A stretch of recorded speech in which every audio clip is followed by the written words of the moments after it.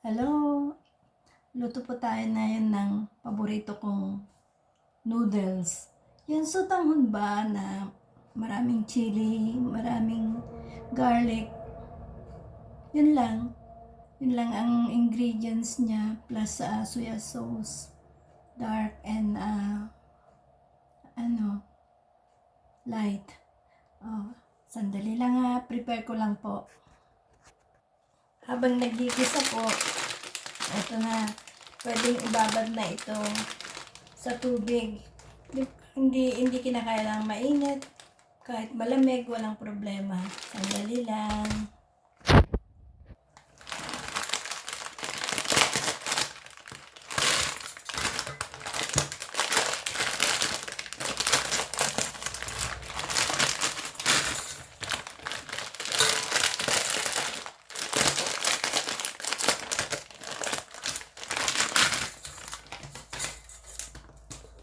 Bababad po sa sa tubig para lumambot.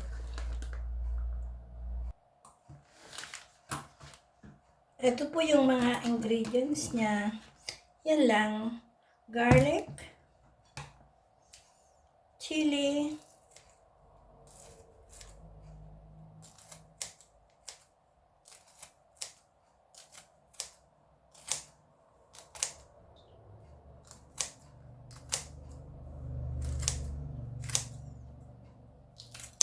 middle sharp po to siya.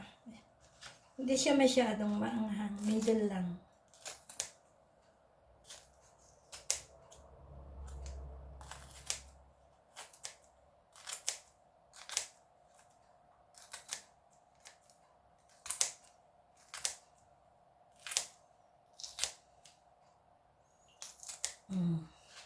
Tama na siguro yung tatlo. Mas maanghang, mas masarap po.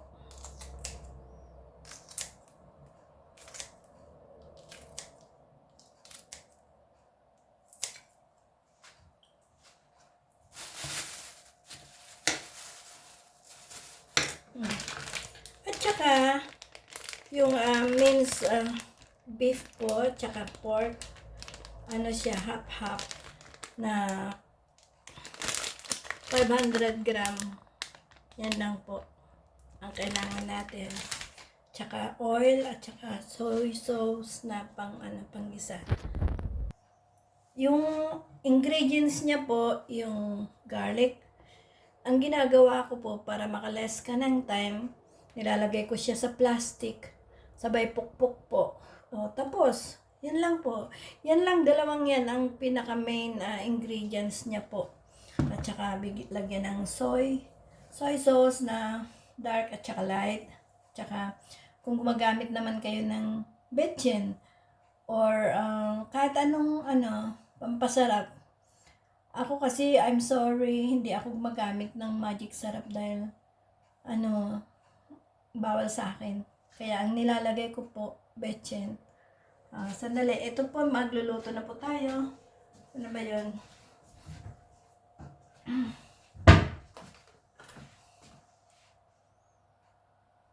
Mantika. Medyo dinadamihan ko ng kaunti kasi ang noodles kasi, ang sotanghon, kailangan niya po talaga ng maraming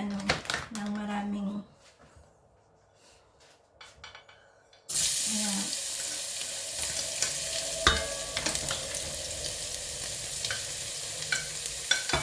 Bawang.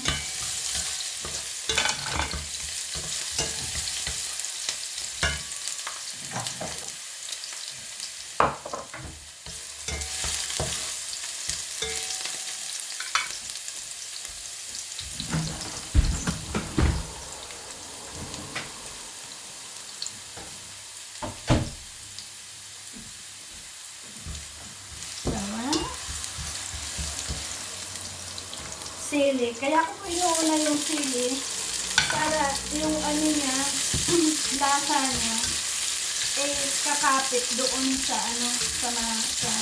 sa noodles at saka sa minced meat. Ayan po. Hindi na po ito hinuhugasan kasi dito naman sa ibang bansa malinis naman po. Bago nila na-repack yan, malinis na.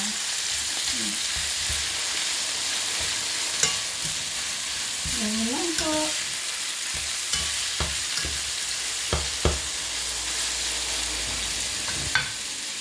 Paminta. Yung medyo mahilig ko ng may lasa. Pwede mong damihan ng paminta. Kasi may mga tao kasi na hindi sila mahilig ng medyo maanghang sa paminta. Di ba lang maraming sili o yan sa paminta. Pero ako, natin nilalagyan. Ganyan lang po.